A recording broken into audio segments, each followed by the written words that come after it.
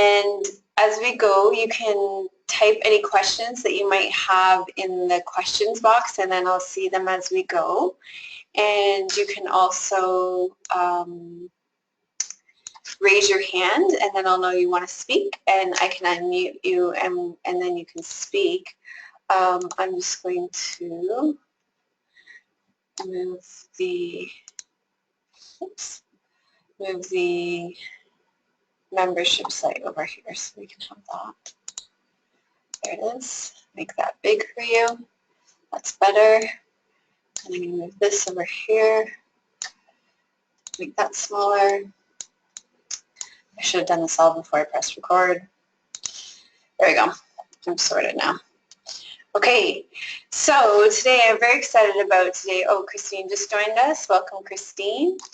I'm very excited about our webinar today, our motivation meetup. And usually we start our motivation meetup by typing or either raising your hand and letting us know so I can unmute you what was the best thing that happened to you in this past month, in the month of March. Or you can type that in the questions box and I can read that out. But we're a smaller group, so raising your hand would be great and I can unmute you and you can speak. And it's just a great way to kind of look back on our month together.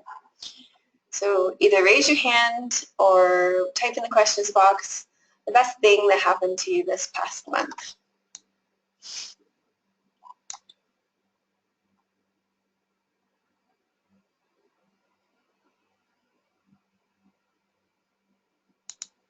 Okay, go ahead, Cole. Hi, everybody. You know what? I actually succeeded in going 40 days for the Lent period. At the last meetup, you mentioned, how about if we spent Lent free from self-judgment, self-bashing. I actually did it. It was really interesting, the different thoughts and feelings that came up as a result of not doing that. Some, quote-unquote good, some quote-unquote more challenging. But working through that and journaling through it and doing the yoga and meditations was really an amazing experience. Oh, that's really powerful. Did you use any yoga classes or meditations in particular to support you through that?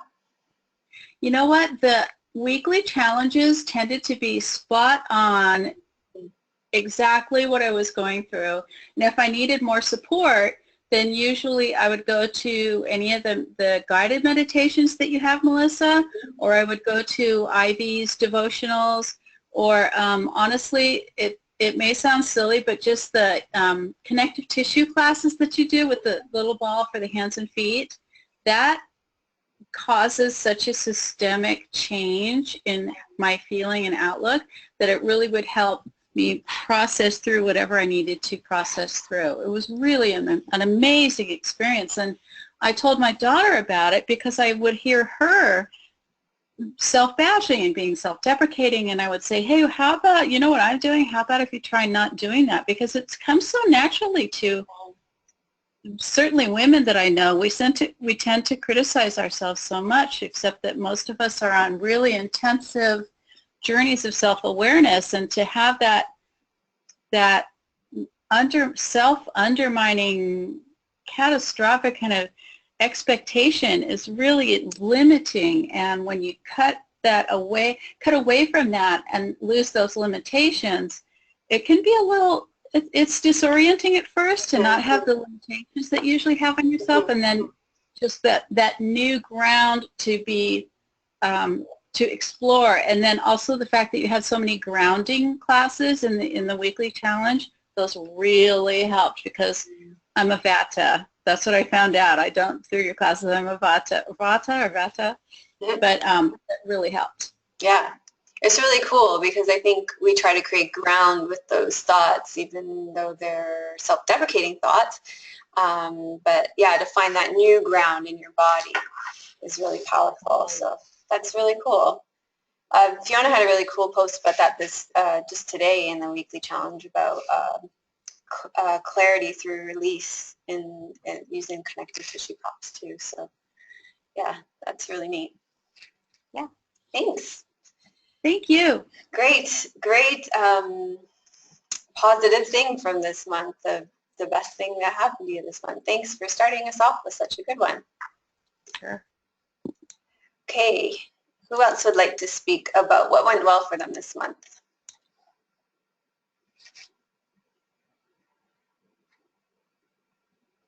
I'm not seeing anybody typing anything in the questions box yet either.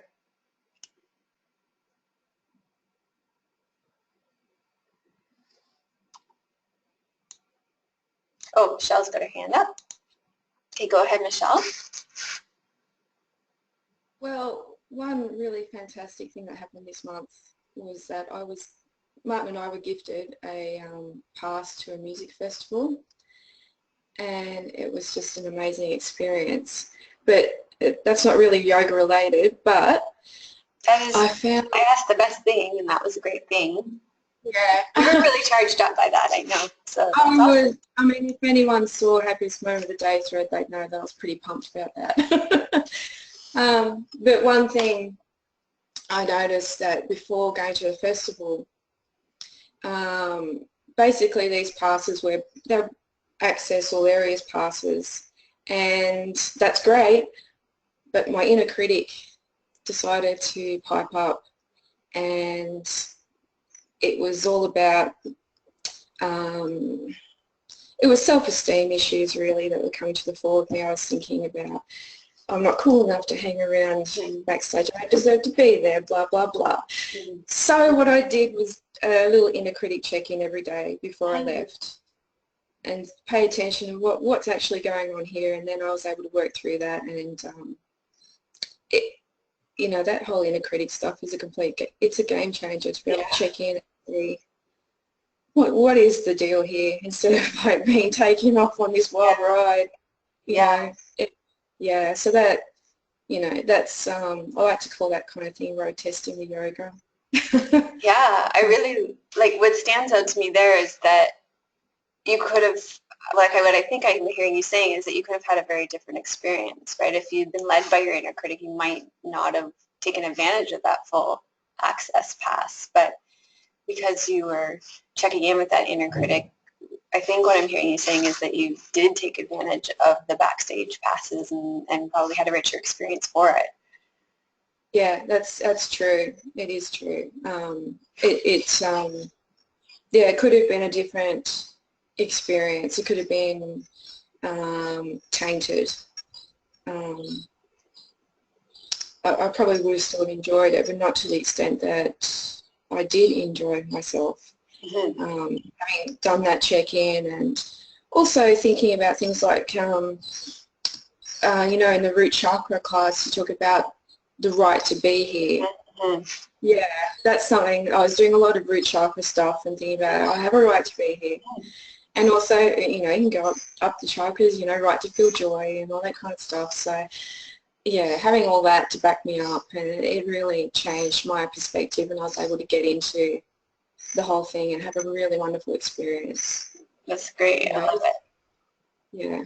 Good. Yeah. Thanks. Yeah. Thanks for speaking about that. No worries. Okay. Okay, would anybody else like to speak about what stands out to them about their month, about positive experience from their month, the best thing that happened to you this past month?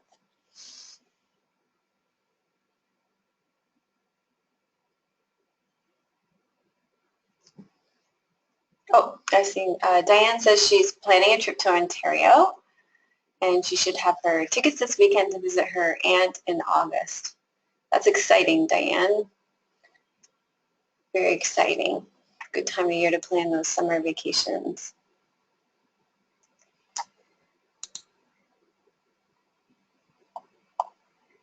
Okay.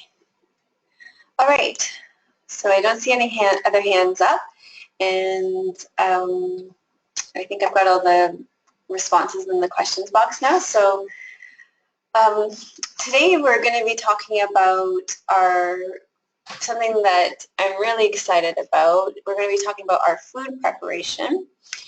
And I think our food preparation and eating is a complementary way to our yoga. It can be an extension of our yoga in that the way that we eat, how we prepare food can be another way that we bring balance and harmony to our bodies, to our lives, in addition to our yoga practice. So right now we're in seasonal transition, whether you live in the northern hemisphere or the southern hemisphere, and these times of the year can be a little unsettling to our constitutions. And so particularly in these seasonal transitions, we can use our yoga practices, but we can also bring that same level of mindfulness to things off our mat as well. And since eating is something that we do 3 times a day, it's a very beautiful way that we can extend our awareness and our mindfulness to bring balance and harmony to our lives. And we can bring balance and harmony physically, mentally, emotionally, energetically, and spiritually. And so I think it's a really beautiful practice. So we've got an hour together today, and I'm going to share with you as much as I can in this next hour. I'm sure you're going to have lots of questions, so you can type your questions in the questions box, and I'll see them as they come up, or you can raise your hand and I can unmute you and then you can speak. If you have a social media window open, go ahead and take a selfie of yourself or some sort of photo of you here with us together in our motivation meetup, and let people know that you're here. We'll use the hashtag Namaste Yoga or the hashtag motivation meetup. Post on Facebook, Instagram, Twitter, or Pinterest. My Instagram is at Dr. Melissa West, and my Twitter is at Dr. Melissa. My Facebook is /Namaste Yoga. I'm going to encourage you to have a pen and a piece of paper with you so you can take notes. I think you're going to want to take notes through this, or you can take notes in your yoga journal. Our next meetup is April 29th and 30th. So if this time is good for you, then I'll show you on the forum where you can find the next meetup. So if you scroll down to the monthly motivation meetups, so we ended up having 2 in April just because we didn't have one at the end of March. So the next one will be April 29th and 30th. We've got blazing fast internet here right now. So same time for you. If this time is good for you, then it'll be, oh, he hasn't changed the time dates here. I'll kind of go through. If you click here, it should say April 29th. Yeah, Friday, April 29th at 4:30 to 5:30 Pacific Daylight Time, and then you can check what time that is for you in your time zone here. So I'll make sure Mr. West fixed that for us. Welcome, BJ. I see that you've joined us. Thanks for joining us. I want to welcome our new members in March. So welcome to Susan Barr, David Topping, Ryan Thomas, Anna Seda, Annette Oliver, and Virginia Brady. So here's what we're going to cover today. And I'm just double checking, but I don't think any of those people are with us. Oh, Nikki joined us too. Hi, Nikki. Yeah, I don't see any of them here. So what we're going to cover today, we're going to cover 3 things. The first thing we're going to cover is food and food preparation to restore harmony. And then we're going to cover Vata balancing, particularly for autumn. But if you have, your Ayurvedic dosha, if your Vata tends to go out of balance, then this will be particularly interesting and useful information for you. And then we're going to go over Kapha balancing, which is important as we transition into spring. But if you have a Kapha constitution, then that will also be interesting to you.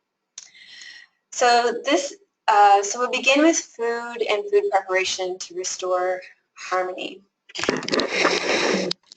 My camera over here, so it doesn't look like I'm looking off the screen a little bit as I look off at my notes.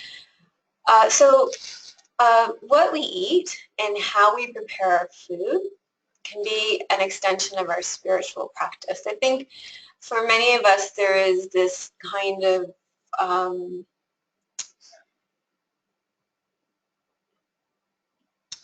I'm trying to think of the right word for this, not peaceful relationship with food, or this kind of, oh, what's the right word?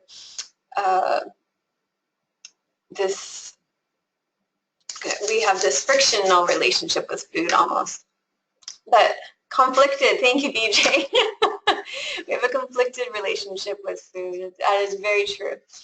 So we can really nourish ourselves and create harmony and balance in our bodies through all the stages of food preparation. So this becomes, instead of having this conflicted relationship with food, we can look at all the stages of food preparation as a really beautiful opportunity to create peace with ourselves and with our food, and align ourselves with a beautiful high vibration and harmonize ourselves to receive the prana and the energy that our food has to offer us. So this can begin right when we're shopping, when you gather the food that you're going to eat. So when you go to the farms or the grocery stores or the butchers or the fish shops or wherever you're going to get your food, you can use all 5 of your senses to do your shopping.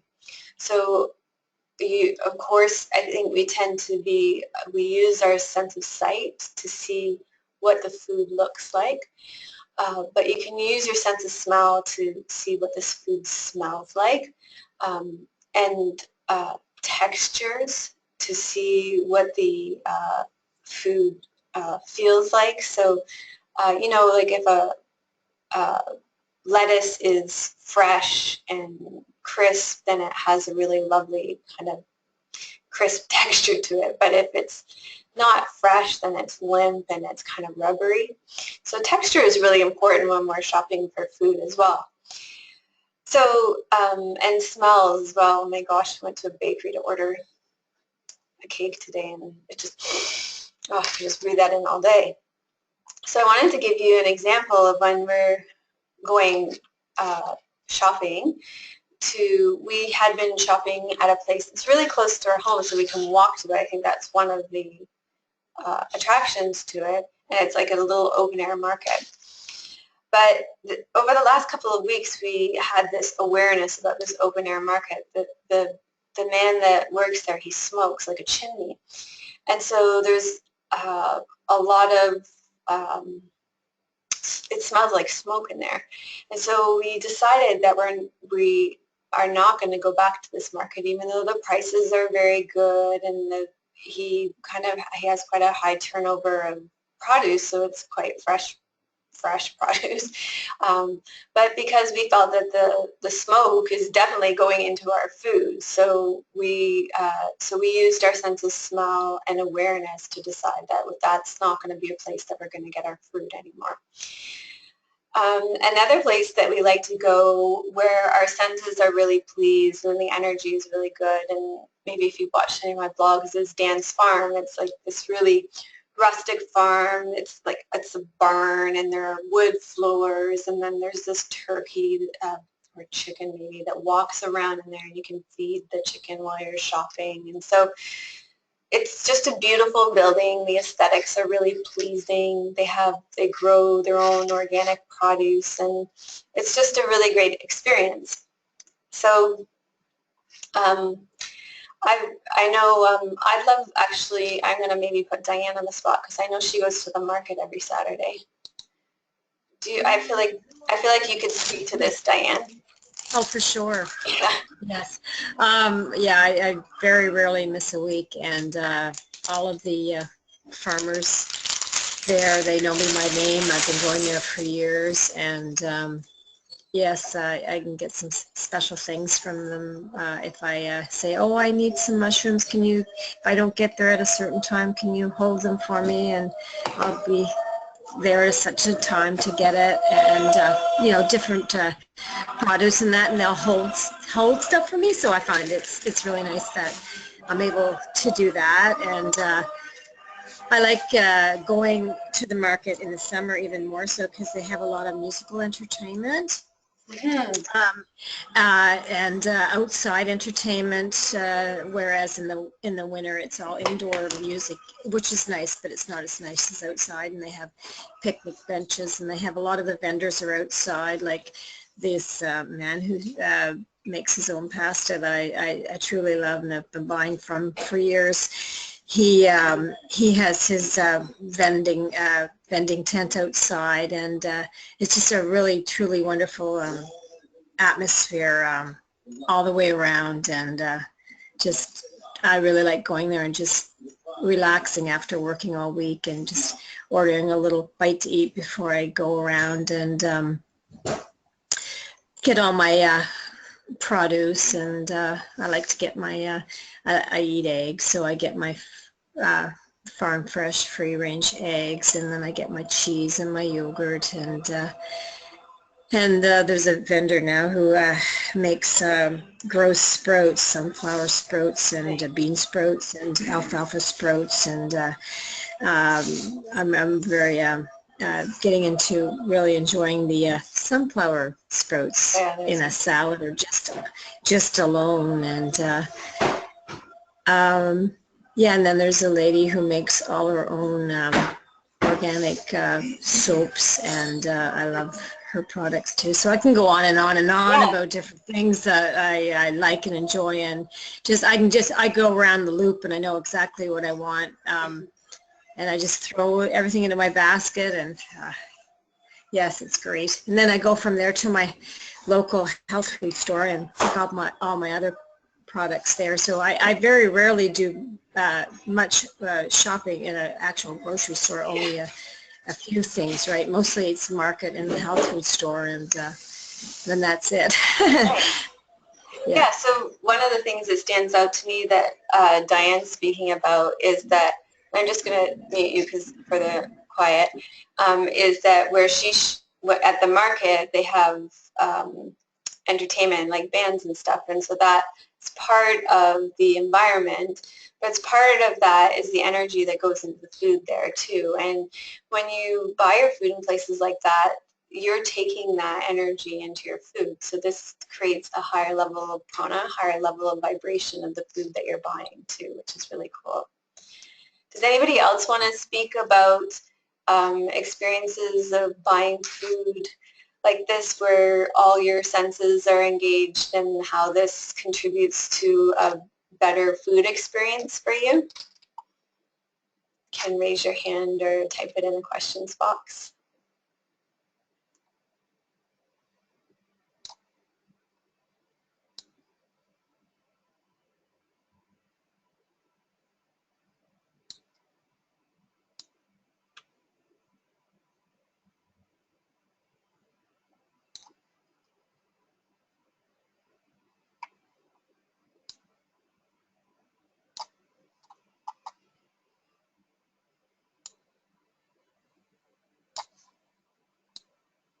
Okay, so I'm going to move on then.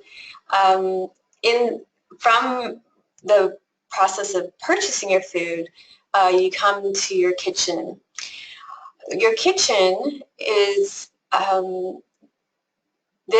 we can shift our mindset a little bit and allow your kitchen to become a sacred space. So you can cook your food in a reverent manner and let your kitchen be a really sweet space. It's a space where you can create well-being for yourself and well-being for your family. So you can even sing mantras while you prepare your food, or you could play uplifting music while you create your food. So think about the studies that they've done where you play classical music to your plants, and how plants that have classical music played to them grow better. So the same thing applies when you create that kind of environment that you're creating your food in. So as opposed to if you come into your kitchen feeling like making dinner is a chore and it feels like something that you don't want to be doing, and And I get that there are times when it does feel that way because you're exhausted or you've had a difficult day. But we can create that space just like we do for our yoga practice or our meditation practice, where this can be a beautiful, uplifting practice for ourselves and our family. So the food you're receiving, you can create the intention that you're going to receive all that prana, all that energy from it that you've so carefully gathered, and just take in all that life force that it has to offer as you're preparing it. If that's your intention as you prepare it, then you are going to receive that. And so then preparing your food with an attitude of offering. So just really shifting that intention that cooking is something that's important, that it's not something that needs to be rushed through or thought of as an inconvenience. So shift from an attitude of rushing to an attitude of loving cooking. And again, use all your five senses again. So feel the food as you cook it, the texture of it as you're chopping your vegetables, listen to the chopping of the vegetables. And part of creating a reverent space is cleaning up as you go too, so that the space doesn't become dirty. So maybe even thinking of your kitchen as an extension of your altar too. This is a very sacred space where you're creating something really special. So, you know, one of the things that stands out to me right now is that prior to coming onto our meetup today, it's going to be dinner when I'm done. So I decided to make some alagobi for us for dinner for after we're done. And as I was mixing the onion and the garlic and the ginger and then putting in the spices, the sense of smell comes alive. And Tim said, wow, is that our dinner smelling so good already? So it's, you start to engage your senses and the senses of your family already. So you're starting to make that offering all the way throughout your house already. So I'm just curious how this resonates with you so far, because when I heard this was a big shift for me. It really shifted me out of that mindset of rushing through creating dinner. So how does that sit with you, and what stands out about that for you? You can go ahead and maybe raise your hand or type in the questions box.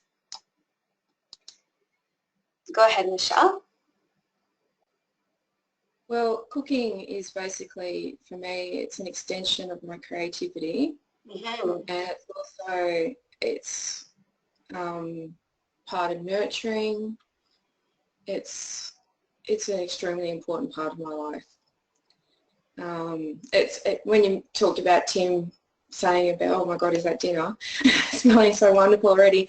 That's what Martin does when he comes home of the evening. He goes, oh, what are you cooking? Right. You know, 'cause it's like a massive aromatherapy hit going out to the street. Yeah. Yeah, so cooking and food prep is, it's a joy for me. There are times where I just can't be bothered, and that's like, you know, we'll have something on toast. I mean, that's just how it is. It's normal, yeah. Yeah, but you know, I love the whole gathering food, especially when the seasons change and new stuff's coming in, and finding new recipes, or if something's in the garden needs to be used up. Yeah, so it's a very creative process, especially with stuff like baking. Mm-hmm. You know, that's a pretty big one for me too. Mm-hmm. Yeah. Yeah. Hey, thank you, Michelle.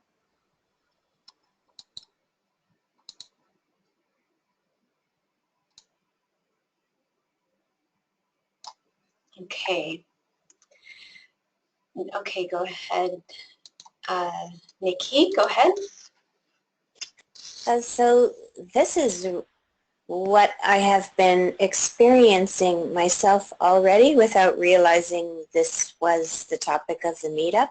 Nice. So it's very interesting and exciting to hear you speak to this, because I've just been observing in my own life that I am enjoying food preparation more than I ever have before.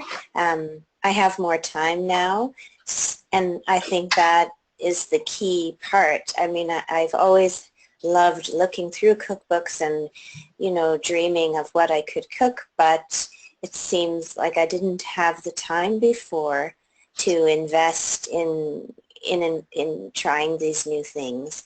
And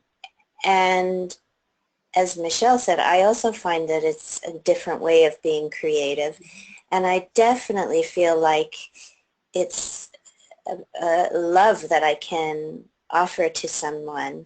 And recently, my parents have been having a bit of a tough go of things, and it's, you know, it's been tradition that we'll go to my parents' place for a big feast for brunch with friends and family. And this time I phoned up my parents and I said, why don't you guys come to our place this time? And so we had just a small gathering of my parents and my husband and I prepared for them all these foods that I remember growing up with for Easter brunch. And some of them I don't even eat anymore, but it's what comes to mind immediately. And, you know, since Easter, I think my parents have thanked me 1,000 times. And they couldn't believe that I would prepare stuff that I don't even eat. And they just found it to be so lovely. And I felt great that I could give them the opportunity to be the guest, and it felt really lovely the whole time I was preparing. And you know, that took quite a bit of time to prepare all those special things, but every moment just made me feel happier because I knew it was going to mean a lot to them. Nice. What a beautiful offering. And that's exactly what we're talking about, is that our food preparation can be an offering to ourselves and to those that we love. Yeah, thank you so much. Thank you. Okay, I see some people have typed in the questions box here. So some responses. So Cole says, some of my fondest food memories of my late mom are in the kitchen of the house where we grew up. We had a wonderful sound system and she would play great music while she was in there.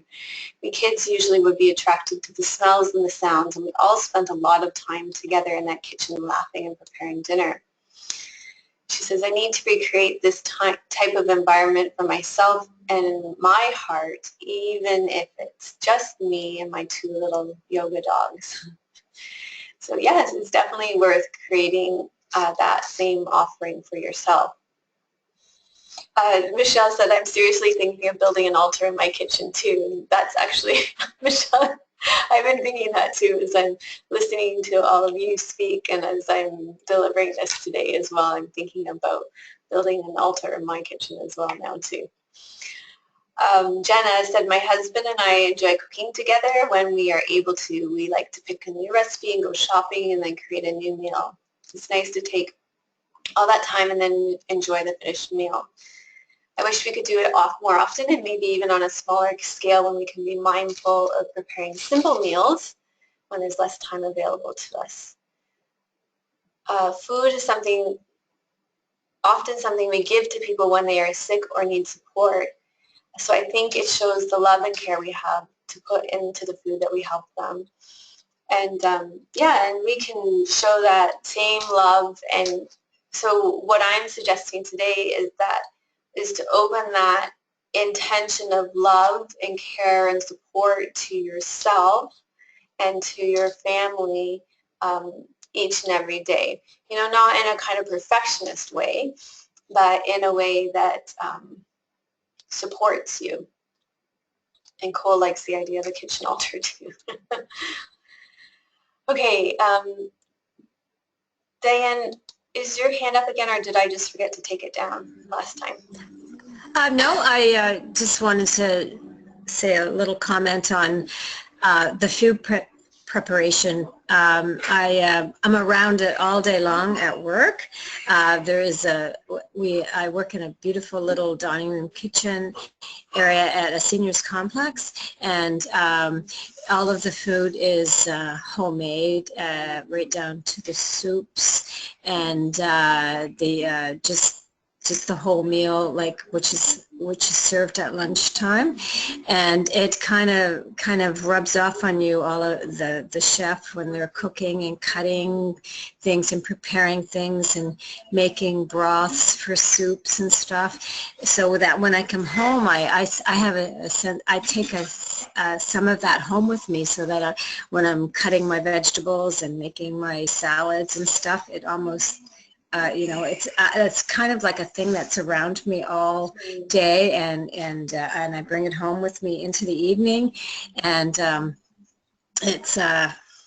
I'm around food preparation and food preparing all the time. It's a big part of my life, and I really enjoy it at work and at home as well. I love that it still feels like an offering for you too. Yeah. Yes. Nice. Yeah. It's just amazing, especially the way that they prepare their food in this small kitchen for approximately 55 residents. It's just like all from scratch. Mm-hmm. Like if they make a soup stock, it's all of the vegetables and all the leftover vegetables and chicken stock or whatever, right? And it's just. It's very nice, and all the desserts are homemade, and it's nice. A lot of the foods I don't eat myself because I like organic and stuff, right? But in general, the whole food preparation atmosphere is around me all the time. Yeah. Yeah. Okay, thank you. Okay. BJ says, I know when I prepare my menus too, it is more cost effective and more delicious, and I have energetically put more thought and love into my food preparation. So for me, even though I am a super improviser, I definitely notice the difference of my Shakti, so the energy in my food, when I allow the flow to happen. I also have kirtan music in the background, where I sing a lot when I prepare. Very nice. Very good. Diane says she built her first altar this last month in her yoga room. Once you start building altars, it's a bit of in my experience,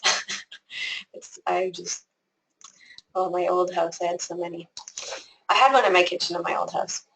Okay, so once you've prepared your food, then it comes to sitting down to eat. And again, it's engaging all 5 of your senses. So taste, touch, sights, smell, textures. Again, setting a nice table, lighting candles, nice music, turning off all the electronics, and just really creating a quiet space to enjoy the meal. So life is in the details, and this will, when you take care of the details, it'll allow you to feel better in all areas of your life.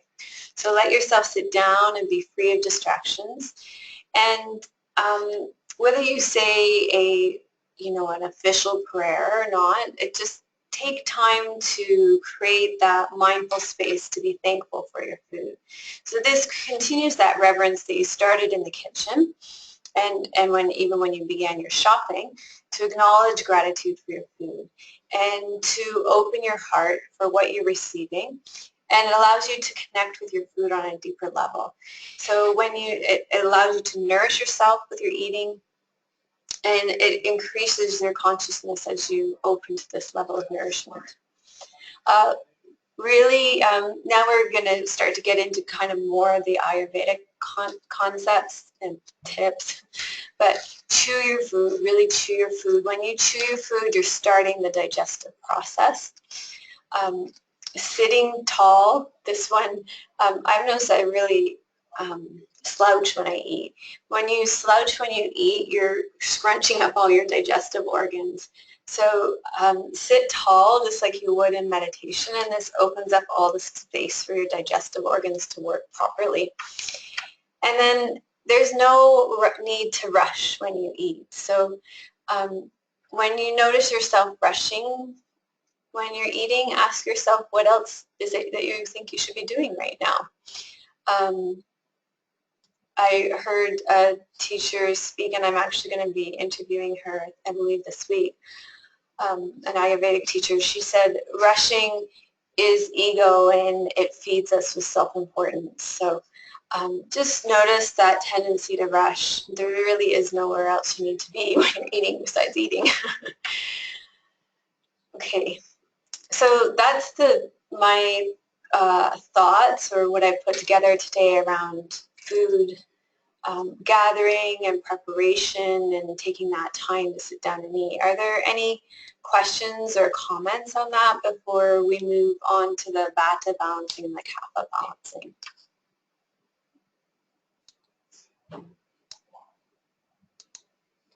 Go ahead, Michelle. I was just going to say about making food as a devotion to yourself. And there was a weekly challenge recently that Hannah did where she got us to take photos and post photos of our food. Mm-hmm. And I noticed that when I prepared food for myself, I didn't really pay that much attention to how I was presenting the food for myself. When I give it to other people, I make sure it looks pretty and make a fuss and all that. But I wasn't doing that for myself. And so that week really, I made it an intention to do that for myself. And that's something that I've continued with. Nice. Yeah.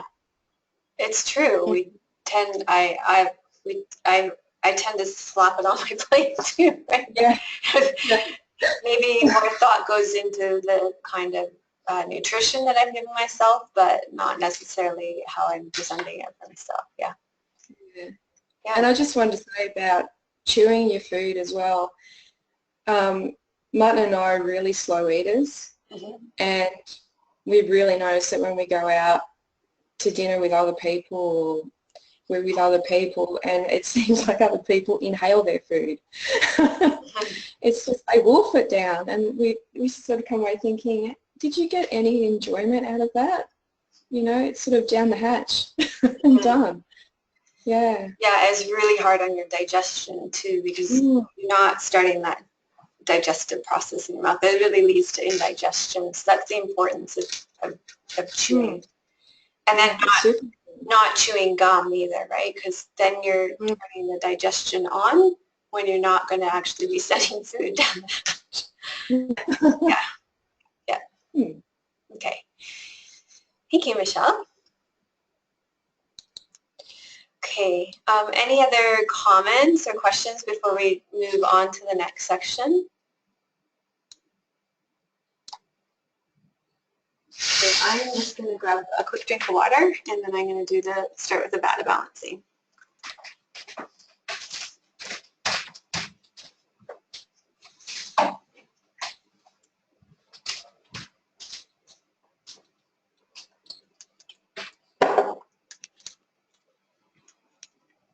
Okay, thank you. All right, so Vata balancing. In the southern hemisphere, we are transitioning from summer into winter. Not we, but people in Australia, New Zealand.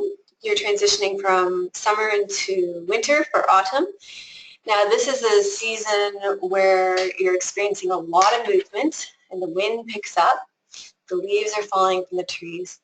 And so it's an important time to focus on a Vata reducing diet. So you're going to eat warmer, grounding foods like cooked root vegetables and comfort foods. So when Vata gets stimulated, you can calm it by eating warmer, heavier, moist foods with good oils. So think soups and stews, which include salty, sweet, and sour taste. So according to Ayurveda, salty tastes include things like salt, kombu, which is a seaweed, soy sauce, pickles, chutney, bouillon, and salty condiments. Now, sweet is not sugar, but it would be things like rice, bread, honey, milk, ghee, which is purified butter, oils, all meats, most legumes are sweet, and grains. And then sour would be lemon, vinegar, yogurt, cheese, tomatoes, and grapes. So you can sort of hear that these are things that you would put in soups and stews and things that are going to be heavier at that time of year as you go into transition into winter. So what I would like to show you now is a playlist that Linda put together for us for eating in the autumn. So if you go to our playlist section, then you can click on our fall recipe playlist. And also Linda put together just a little thing here where she talks a little bit about the season and the kind of things that why it's important to eat this way at this time of year. And then she talks about, she lists all the recipes that she has written for our membership community that are good for balancing Vata during the autumn season. Ginger tea is great. It's very warming and stimulating for your digestion. And then we're both right on the same page. Moist foods like soups and stews. And then there are loads of soups and stews here, and lots of nice sweet muffins and desserts like there's stuffed dates there, yeah. And the spiced milk is a really good one too. So that's a great resource for fall. Any questions about balancing Vata with foods, or this playlist, or eating in the fall?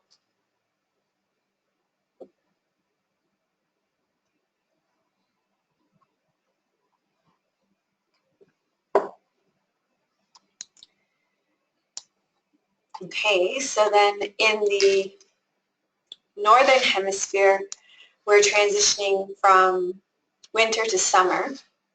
So the snow melts, the rain falls, and the ground is moist. And the kapha qualities increase, and we experience cool, moist, dormant qualities of kapha. So it's time to compensate with pitta increasing food. So we want to increase that fire. So you can increase the amount of hot spices in your meals at this time. You also want to eat more foods that are warm and light, so foods like vegetable soups. And you want to strive for pungent, bitter, and astringent taste. And, you know, as it turns out, Mother Nature already does all this work for you. It's not like you have to go searching too hard. It's just that the vegetables and fruits and things that are in season will really kind of do all this work for you. So if you think about it, pungent, bitter, and astringent taste, I've been eating stewed rhubarb right now. That's in season right now, and it's got all those tastes in it. Bitter, the greens are all coming back. That's also in season right now.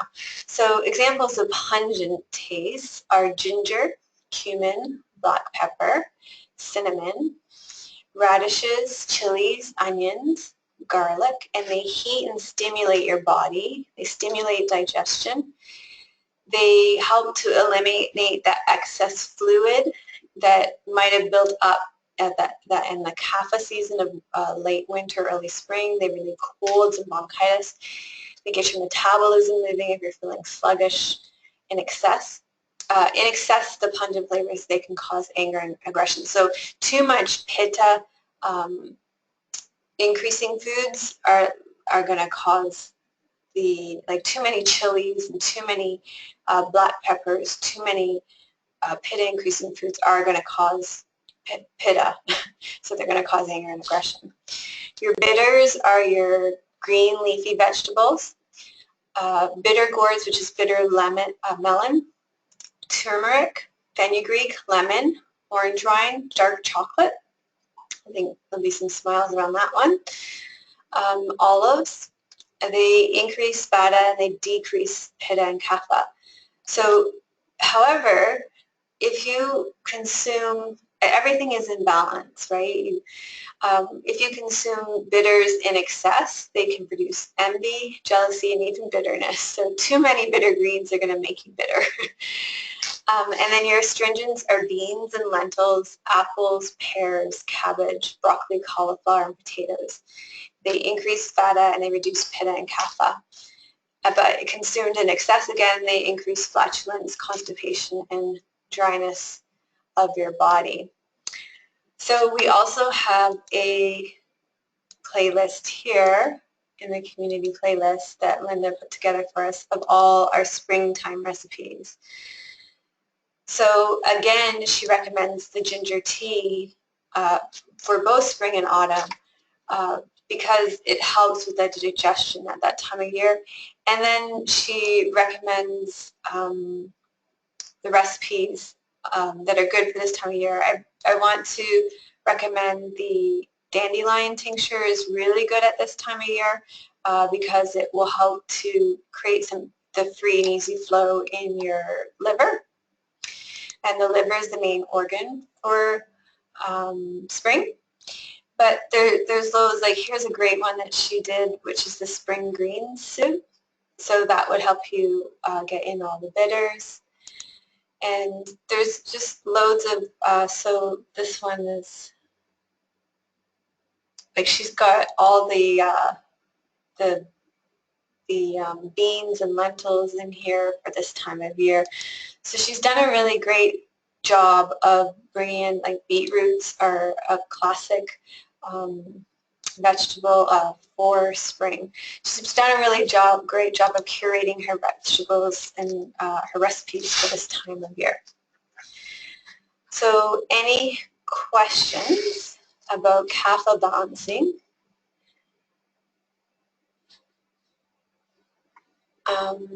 For spring. Tim, I have Melissa on a small screen at the top and a fixed picture at the bottom. Can you get me on full screen? I think if you click on there's a box in the top right-hand corner. You click on that, you can get me full screen.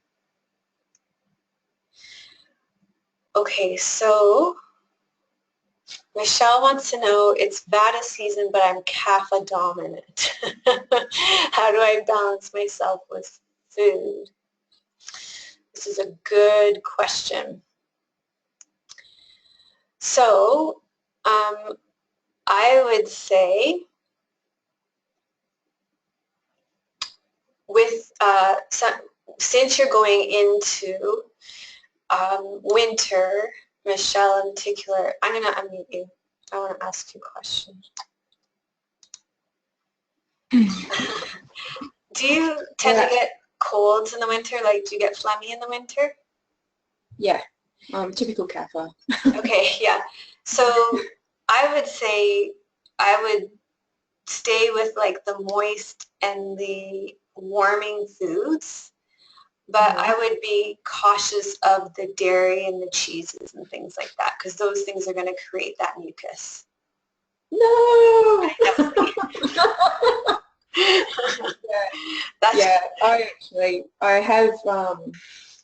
I do have dairy, but for things like if I make smoothies or porridge, whatever, I switch to almond milk. Yeah. And I do notice a difference. Yeah.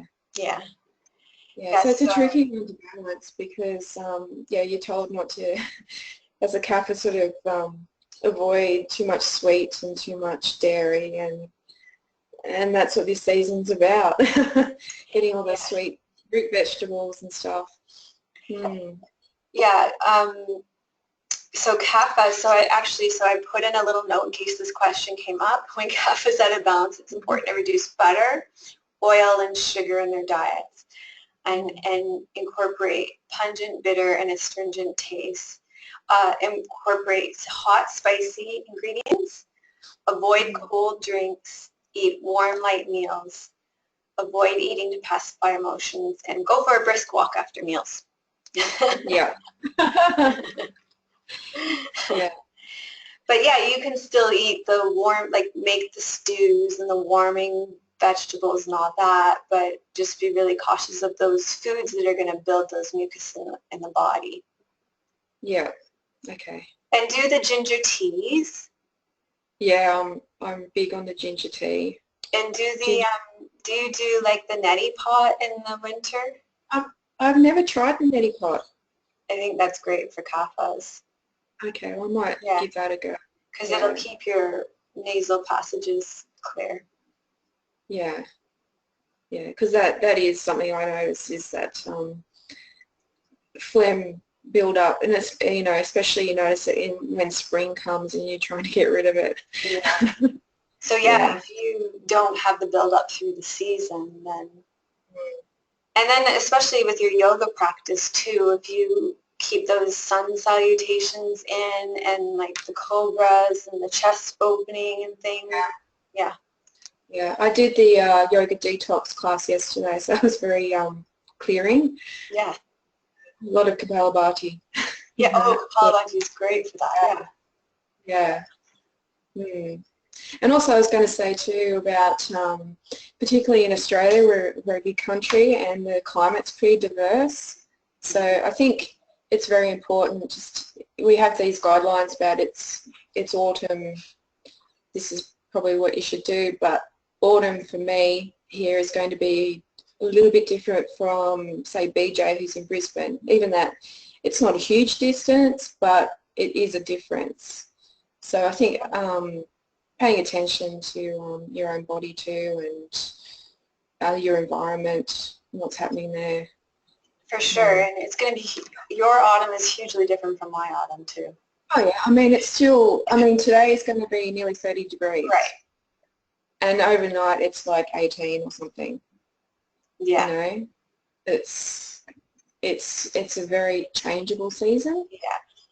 Yeah. Yeah, but and yet you still have seasons. Oh yeah. Yeah. Yeah. That have an effect on your body. Yeah. Yeah. Okay, so great question, Michelle. I'm really glad you brought that up. Okay, so Diane says she's just started oil pulling and tongue scraping this past month, so those are two Ayurvedic practices. Cole says she does lemon water in the morning. Does it need to be warm or hot? And does the temperature have a balancing effect? So I'm going to unmute you. Okay, so this is a great question, Cole.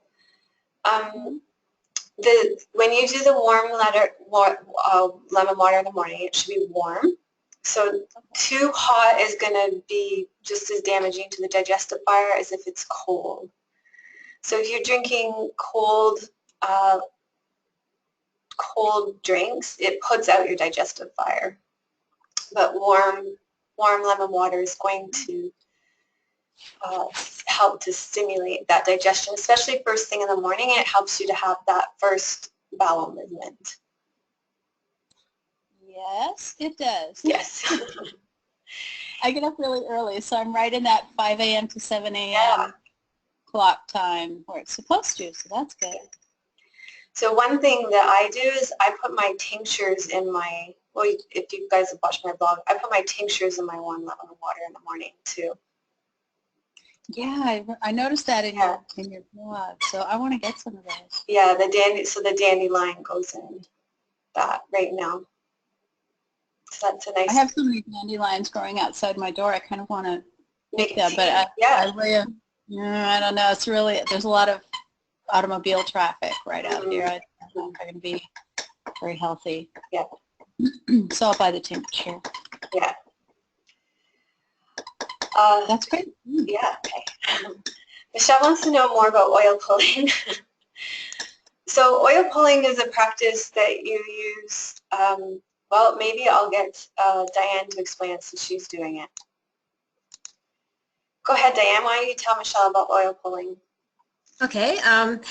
Well, I've learned about it through different people that I know that are doing it. And I take a teaspoon of coconut oil and I heat up some hot water and then I make it into a liquid form. I find it a lot easier to put into my mouth than the solid coconut oil.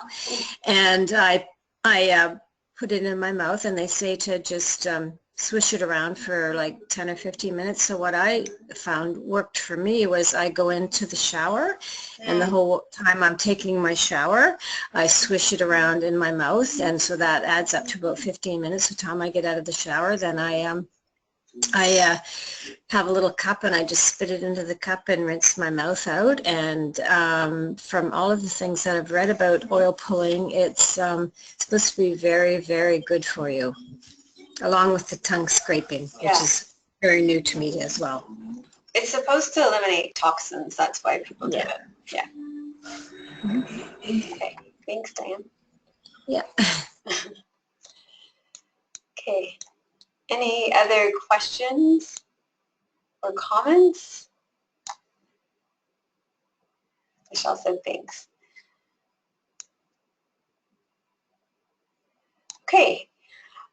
So we'll wrap up now, but before we wrap up, either raise your hand or type in the questions box. What's your biggest takeaway from our motivation meetup today, where we began talking about the devotional practice of preparing and offering yourself food, and then we talked about Vata balancing and Kapha balancing for autumn and spring, the transitional seasons that we're in. What's your biggest takeaway today? So either raise your hand or type in the questions box and let me know.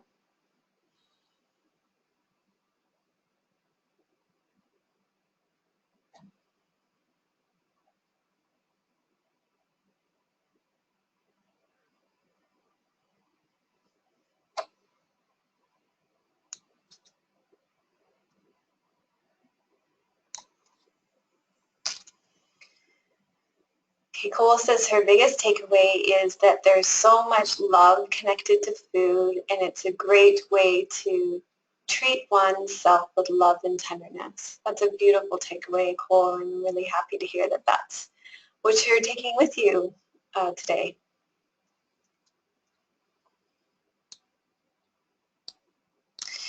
BJ said to readdress my passion for food and honor it and not take it for granted. Practice mindfulness around food and all of its aspects. And that's really beautiful. Because I think a lot of us, when we eat a good meal, we know how much we love food. So to honor ourselves and be able to treat ourselves with that kind of dignity too, it's a beautiful offering. Jenna says her biggest takeaway is shifting from an attitude of rushing to cook and eat, and instead invigorating her senses and enjoying the whole process. That's a beautiful takeaway too. Michelle says her takeaway is kapha balancing, plus the kitchen altar is going to happen now. Michelle, I would love to see a photo of your kitchen altar when you create it, and my wheels are turning for a kitchen altar too, so I will post a picture of a kitchen altar when I get mine built. And Nikki says it's time to make my kitchen a sacred space. It's really beautiful. It sounds like it already is a sacred space by the way you were speaking about it, so I feel like now it's just consciously a sacred space. Okay, I'm just going to check and see if there are any hands up here.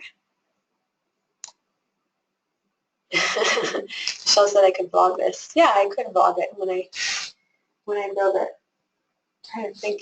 The kitchen is kind of an interesting place to think about where to build an altar that it's not, where it's going to be safe and not get too messy, isn't it? So I'm going to let Michelle take the lead on this and see where she puts it in her kitchen, and maybe that will give me an idea of where to put it in my kitchen. Okay, thank you all very much for joining us today. Your presence here is very much appreciated, and I look forward to hearing about how this unfolds for you in the next month, and I look forward to seeing you next month at our motivation meetup. Namaste. So I'm unmuting you so you can say goodbye. Bye, everyone. Bye. Thank you. Bye, Melissa. Bye, everyone. Bye. Thanks for joining us.